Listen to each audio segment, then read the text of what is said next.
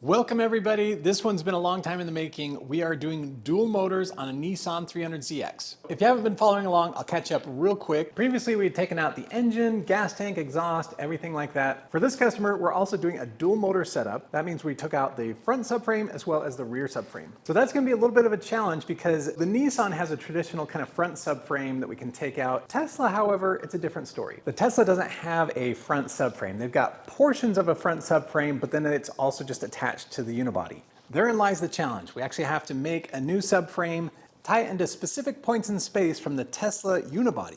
I worked with my friend Peter and he actually cut the front part of a Model 3. So we've got all the mounting points and everything we need. We've got the Nissan front with, I'll call it like a blank slate. We've got the chassis and everything that we need there. Now it's just tying them all together. It's gonna be interesting. I'm also gonna introduce John this episode. So we've been teasing this for a while, but John's been working with us for a couple months now, and this has been one of his first big projects. So we start out with an interview. I'm gonna put pieces of this interview throughout the video so you can get to know John a little bit better.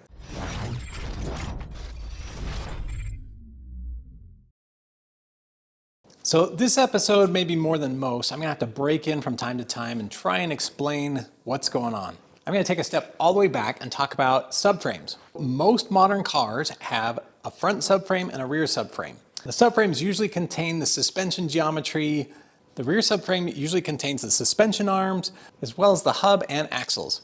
If it is a front motor car that has power to the rear wheels, it will have a differential. If it is a mid-engine or rear engine car, lots of times these engines have output shafts directly to those wheels. The front subframe usually also has the suspension components. It usually also has things like the steering rack. If it's a car that has all-wheel drive, it'll also have a differential. If it has front-wheel drive, the motor usually has output shafts that go directly to the wheels. So why am I explaining this to you? The Nissan has a front and rear subframe.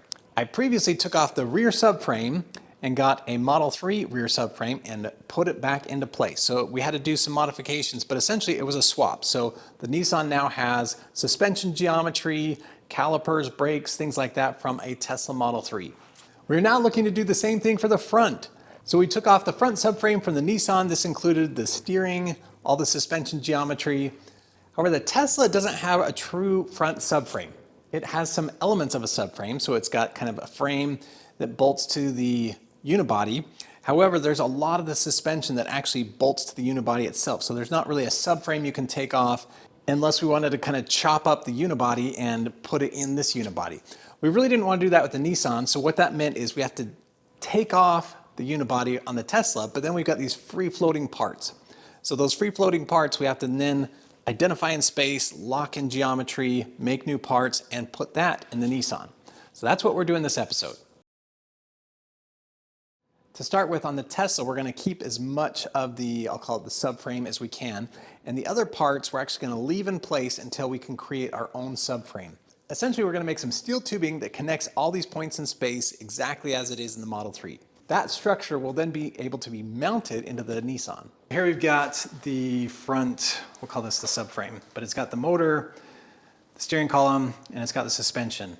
Now we still have the, I'll call it part of the car on here, the chassis. And what we're doing now is we're trying to figure out the best way to kind of remove the chassis, still keep some of the suspension points. And today we've got John helping us. Tell us a little bit about what you've got going on here.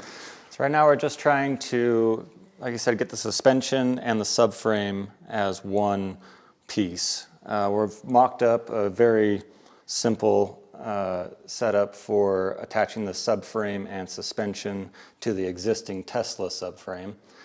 We'll bend pipe, weld it all together, weld it to the subframe, and then get these suspension points all located to this new subframe, and we'll be able to get rid of the rest of the body, and that'll allow us to take this whole subframe and lift it up into the Nissan, into the engine bay. And we'll still then have to kind of fasten these to the car, so that'll be part of the journey. To start off with, we're going to keep the bottom section of the Tesla. This has the control arms, it's got mounts for the spindle, it's got the anti-roll bar, and it even has a place for the steering rack. The parts we really need to focus on are the strut towers and the upper control arms. So again, these are on the Tesla unibody. So if we take that unibody off, these are just wandering in space. So we're going to lock those down with some steel. So starting out, we transferred this to John's garage. I guess I'm adopting a new work from home policy. And what he's starting out with is he's making what I'll call little cups. These cups will go onto each of the mounting points. From those cups, we'll have steel tubes that tie those together. So we'll have to notch those, maybe even bend some. But that is the plan, to attach all those to the subframe. Yeah. So John's been with the company for probably since December. Is that about right? Yep. And he's been helping out a lot. His hours are part-time, but he contributes as much as a full-time guy. So this is John. Tell me about your schooling or your education. After high school, I decided to go for automotive technology at UVU. Then joined the Army. I was a wheeled vehicle mechanic. Decided to go back to school in mechatronics engineering, and just wanted to put those two together. It was the closest thing I could find to automotive engineering.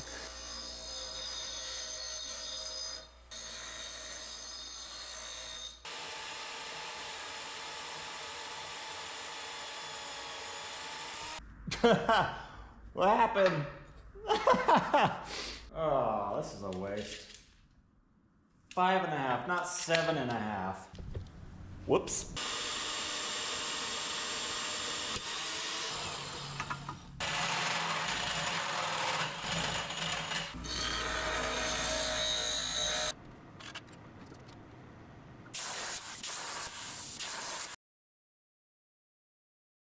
So I'm about to test my first bend with this sweet Harbor Freight pipe bender.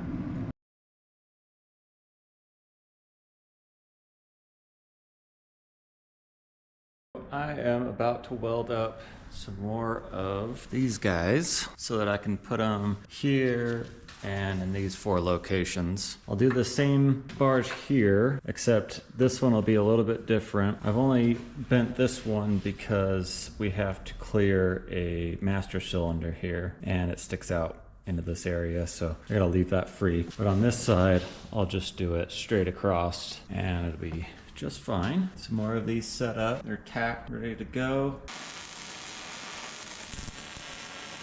I have tacked the strut supports in place. So here's what we've got tacked together. It's looking pretty good. That is tacked to the subframe up here to this motor mount. And then on the other side of the motor mount, I've got this other one tacked on, and this will come up to the strut tower and support it from the back, and it can all be removed so that we can install into the car. Got the same thing done on this side and that motor mount there. So the plan is a bar across here and then tie in down here. It's here, back up to here. I'm going to bend and grind down and notch these pieces here, go over and down, and then from here up to here so that we can locate the strut towers once all of this frame and body is gone.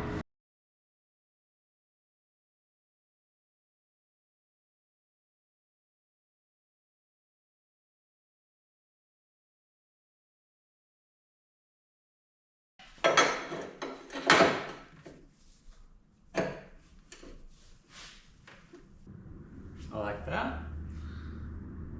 So now I need to notch the other side to match.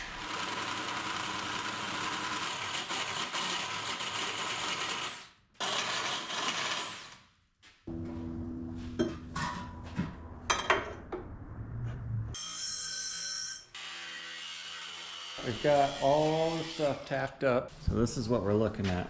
Got these coming down to the main subframe on either side. All of this will hold the battery box. We've got motor mounts on either side up to the shock towers, and this locates the shock towers down to the original subframe.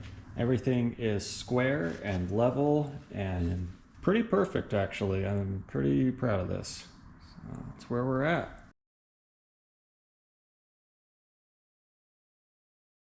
Got the motor out, got it sitting on jack stands. I've prepped the inside of the subframe. I've removed the top, that's sitting here. I'll finish welding it all up, and I'm gonna finish welding the motor mounts in place, get as much as I can welded up to keep any structural rigidity, and then I'll remove the old Tesla frame and body, and we'll reassemble after welding everything up and giving it a coat of paint.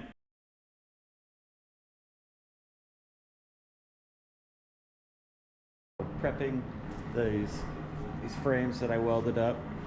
First, I used Scotch-Brite, scuffed it all up. Used a wire brush to clean up the welds. I got off whatever splatter was there and scuffed this up, and then used a degreaser on it, and then paint thinner. Let it dry, and I went ahead and put a coat on last night.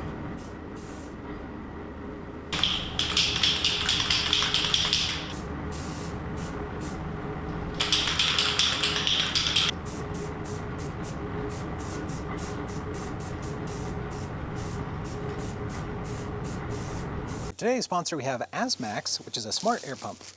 Looks very nice. Let's go try it out. All right, so it comes with a charging cable. It also comes with the inflation line, as well as some adapters for like balls and things like that. And a nice bag to carry it all. So I love these that are like the 90-degree push to connect. Very easy to install.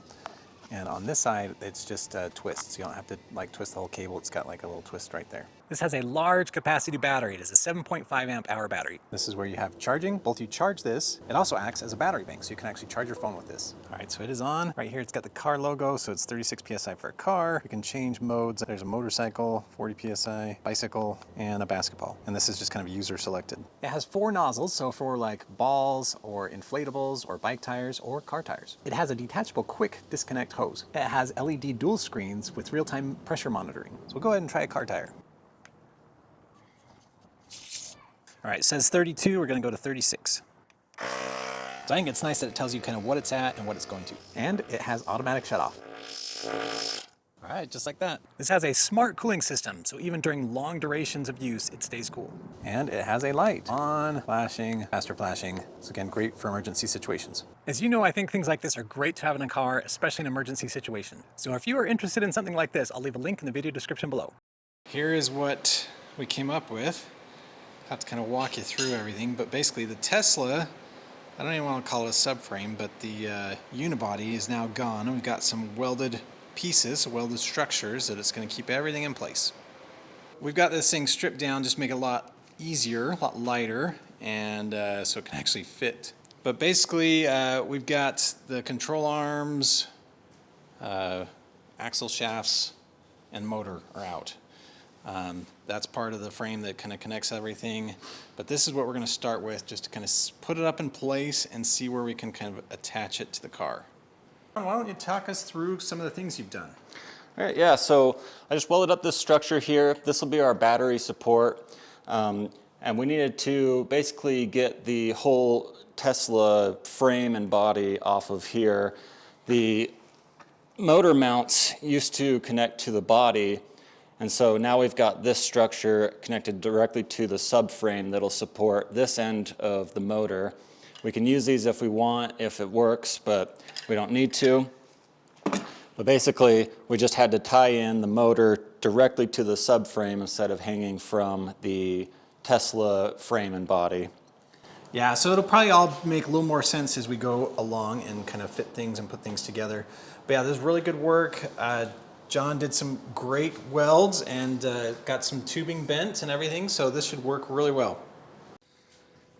All right, we are getting the front subframe kind of in position, finding out exactly where things are going to land and what needs to be cut, welded, or bolted together.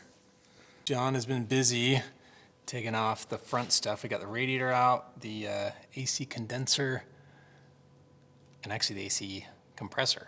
So this is all getting ready so this can be lifted up. Because I think we'll probably have to get rid of these tabs that mounted the original radiator. But it seems like it's fitting okay. We're probably gonna have to raise that up or maybe even just relocate the washer tank. And here we are from overhead. It's actually fitting surprisingly well. When we saw it in CAD, it looked like it would probably work well, but you never know until it's real. So this is looking pretty good. John is refitting the brake lines here, just to give it a little more room.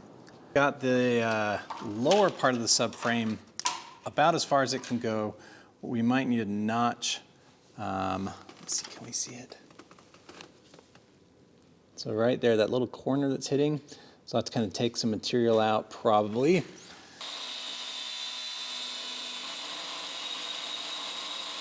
prior to working here, tell us about the electrical vehicle experience you've had. Before here, I worked at Hypercraft, another Utah electric vehicle company. And then been watching Jeremy's channel, and he said, you know, if anybody's in the area, hit him up and maybe we can work something out. And we're like, okay, I'm on it. Emailed him right there, got back to me the next day, and the rest is history, as they say. Yeah. So yeah, just that little cutout's all we need to get this thing mounted. John says we are in position. So he's been going to town with his digital level, right? And everything's within about 0.1 degree or thereabouts. So we think this is about where it's going to be. Getting things welded up, figuring out how to mount front end, back end, everything to the chassis. And we've got the top part of the, I guess we'll still call this the subframe, that's kind of in place. So the top of these mounts, they get mounted in here. We've got everything kind of settled into position, got a lot of things checked. So now it is time to cut. So we've got these shock towers here that are all kind of marked up, ready to cut, and that will be so the new shock column towers can be mounted. So they are, is it just a little bit forward? Yeah. So basically, this is pretty close, but it'll be like, I don't know, like an inch or two forward. And it's also just a little bit higher. So we just got to cut out some spots so everything can clear on both sides. Yeah, so you can see that is a very large top, basically, and that just needs to go there. Fun, fun.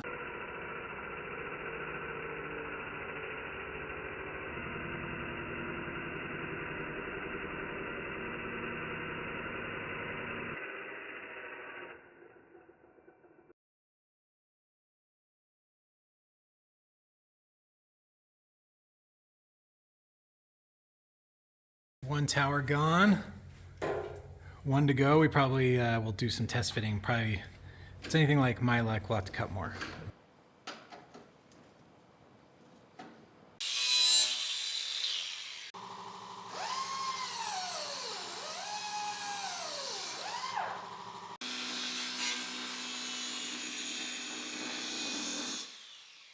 All right, so John's been busy cutting away kind of some of the shock tower, so we can mount the new Tesla shock towers in place. So we've got both of these cut out. We're now gonna see if we can mount, it's kind of like the center cross piece to see if they connect or if they need to bow more in or out. We're starting the fitment process, and you can see we're like pretty good on kind of X and Y, but it needs to, the whole thing needs to drop by a little bit. So like, see that circle mount, that should line up with that one. So we've got this front on, but this is up. So again, this doesn't need to like pivot up. This whole thing just needs to drop. So like this section needs to pivot down a little bit.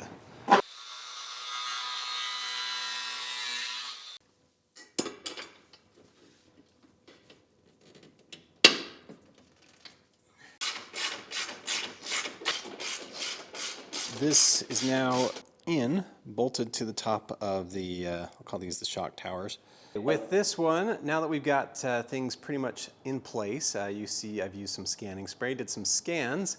The thought is we need to somehow, I'll say, I don't know what we need to, but we're gonna kind of cover up the holes that we've made. So with the scan, I've kind of made a plate, 3D printed plate, that will go on top. We're just kind of doing test fits. I'm not sure if we'll do 3D printed material or if we'll do like fiberglass or something, but we're gonna do a quick test fit, see if we're close. I gotta make some adjustments, but that's what it would be, kind of just to cover up, call it the splash area. Not too bad though. And again, if we want to, we can make this out of fiberglass, just, you know, put a layer of fiberglass on it and then All right, so on the Nissan here, we've got the subframe, we think, in place, put on even the lower control arm and the rotor to kind of make sure, like, left to right, that we're where we want to be. And did some scanning here and 3D printed a bracket. So the thought is this would be the front motor mount.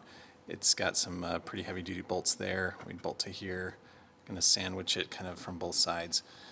So this one's going to be a little more challenging to show, but basically there's that big nub back there, and that's part of the mount.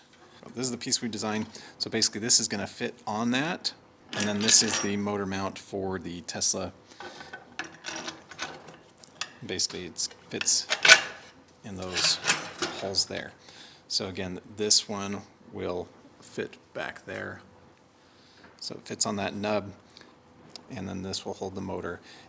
We'll also kind of have a plate, likely just welded to the chassis, to the frame rail, that will secure everything. All right, so check this out. Here on the Nissan, it's been kicking my butt. We've had to take mounts in and out. This mount here, Jeremy designed up. We had send, cut, send, bend everything, cut it, and it looks really good. Got it bolted 3 places here, original subframe mount for the Tesla there. And then we got it bolted into the frame of the Nissan here in 3 places. So 3 and 3. Everything looks good. We clear the control arm bolts here on the frame. So I left this in just to make sure that we're good. In order to use their motor mounts, you can see it's got 3 levels to it. So send, cut, send. Cut this and bent this for us. We've got the 3 levels there. Got it bolted to the subframe. That's going to give strength to this rear arm. Also keep everything aligned with subframe. The subframe will also have to come out so that we can fill in this area here where we had to cut away the frame in order to fit the subframe. So we'll weld that in to strengthen it and keep water out and stuff like that. We're having a little bit of misalignment issues with the motor mounts.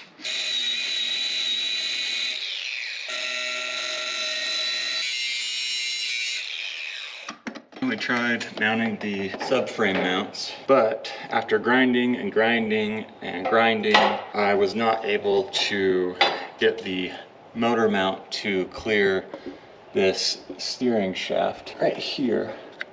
And so it was running into this, and there was no way to actually get it to clear. So I designed up some new mounts. Just got them in from Send Cut Send. Got a sweet lightning bolt in them, because that'll make it go faster. And this actually makes it a lot easier to get the hardware in as well.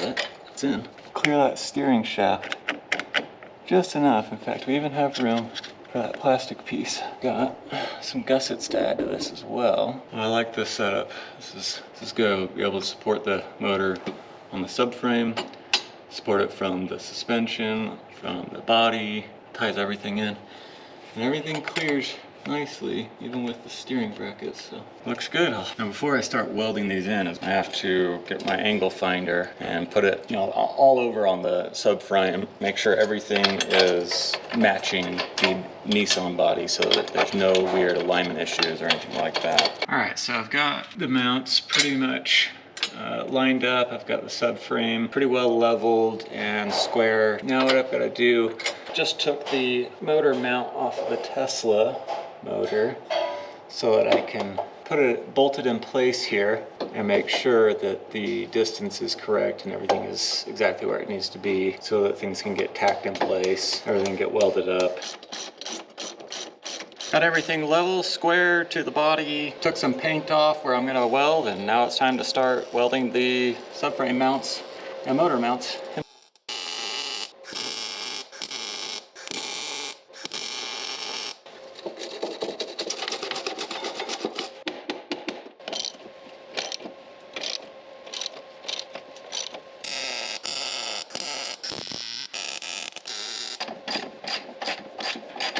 All right, we got the subframe mounts out, mounted on the table, and some fixtures. Get this all welded up so I can reinstall it in the car. Tell me what parts of working here have been exactly like you thought it would be?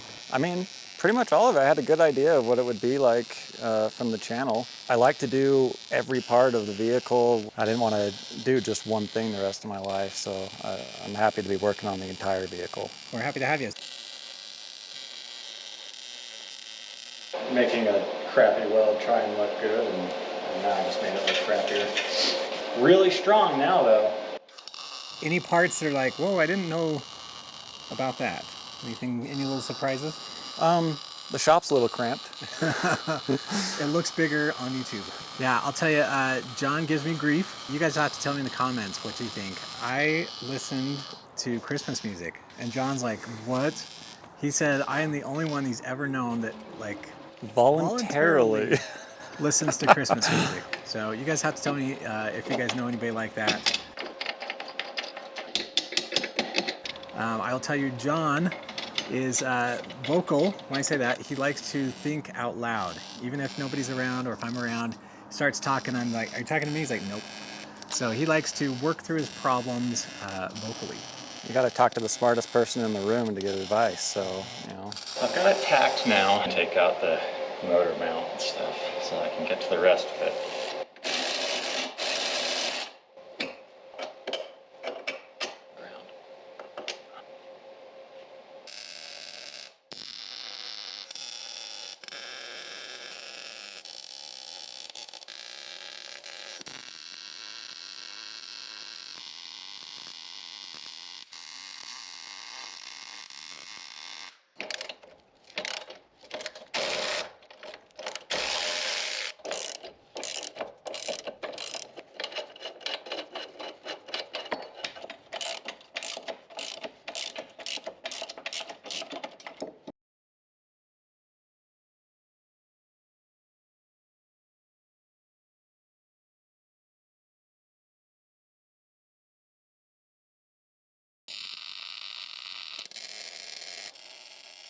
Anything else you want YouTube to know? If anybody else wants to do what I'm doing, please email Jeremy, and because the more people we can actually get a big, large shop, and it'll be a way better working environment. Yeah, I told John all we need is one more full-time person and we'll get a new shop. So if you're interested, give me an email, electricsupercar@gmail.com.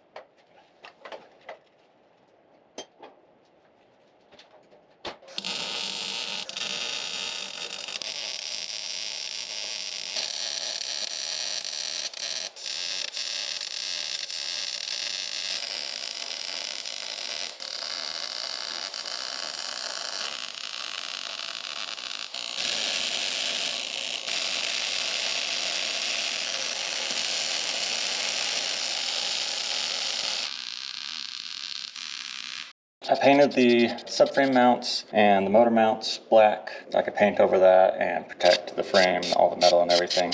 That looks pretty good. Oh, that looks so much better. Well, it's not perfect, but looks pretty good.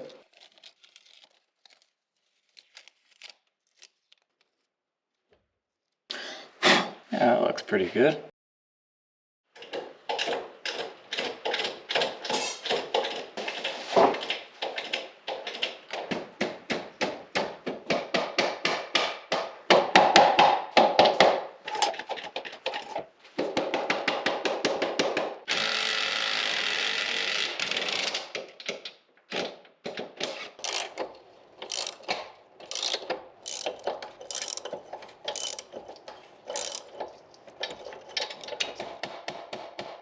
So I loosened the front subframe mounts, pushed the rear, they've got a little centering hole, and it had to just get pushed into place. The front was keeping it from going in. These are all like really tight tolerances to make sure that the alignment and everything is exact. So a little hard sometimes.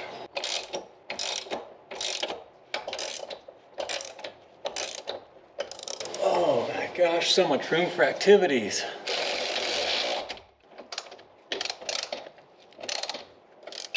We're installed. Oh my gosh. Oh, that's a good feeling.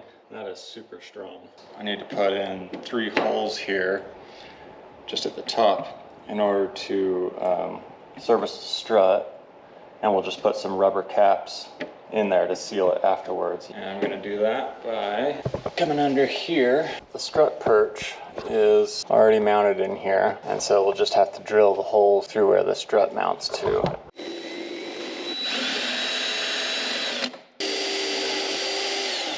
Pretty good, that one and that one.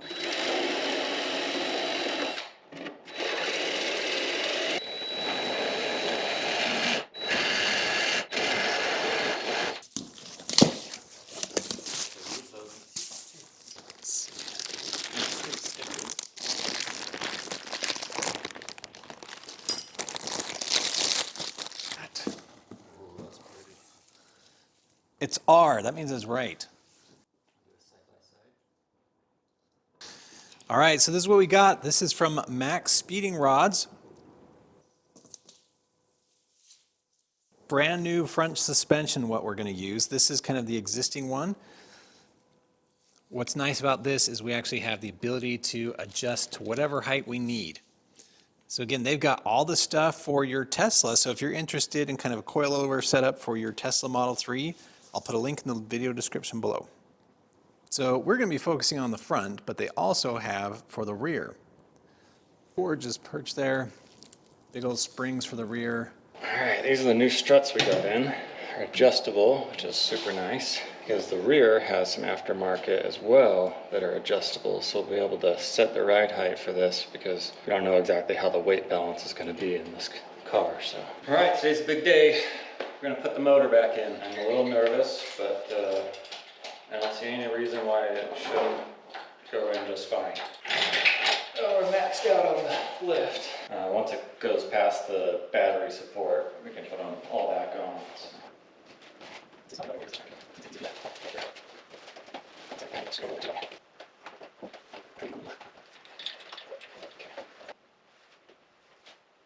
Good? Yeah, so down again. Okay, I think we're pretty close to the bottom part now. So, now we're gonna go and put all the coolant fittings back on. That in there is the fitting that I was putting the hose on. This is the hose at the bottom of the motor. Hoses are in place. Now I get to do plugs. I'll be plugging this one into the oil pump on the motor here. And then I think this is the resolver. There, we push that in.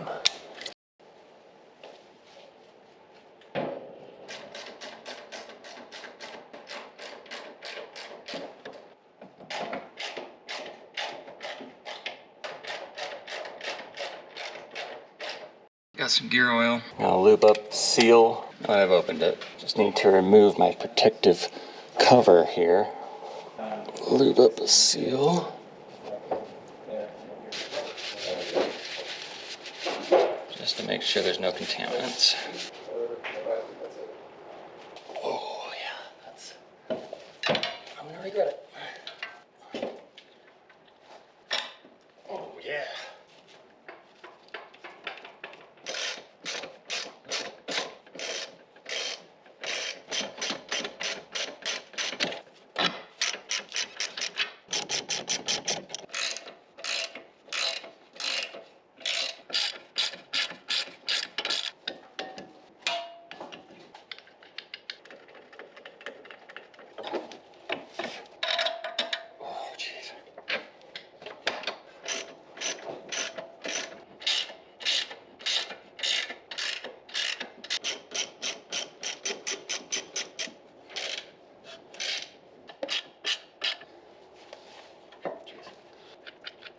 There we go. Suspension and brakes. All right, motor is officially installed. I'm super glad that worked out just fine. And I'm so glad it's in. Having this thing on its wheels. I'm excited. Hope you guys are too.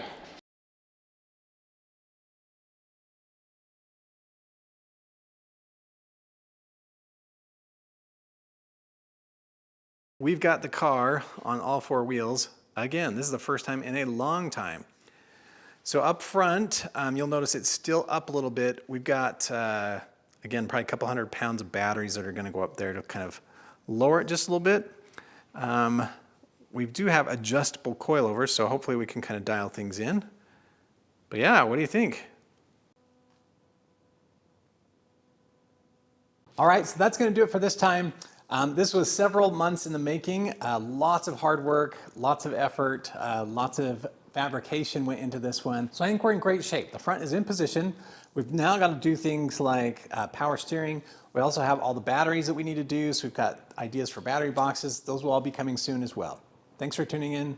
See you next time. So what do you do here, Finn?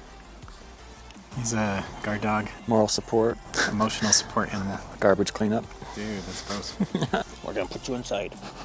Cutoff wheel went through my glove into my knuckle, but luckily it cauterized it so it didn't ever bleed. And we are going to take 2.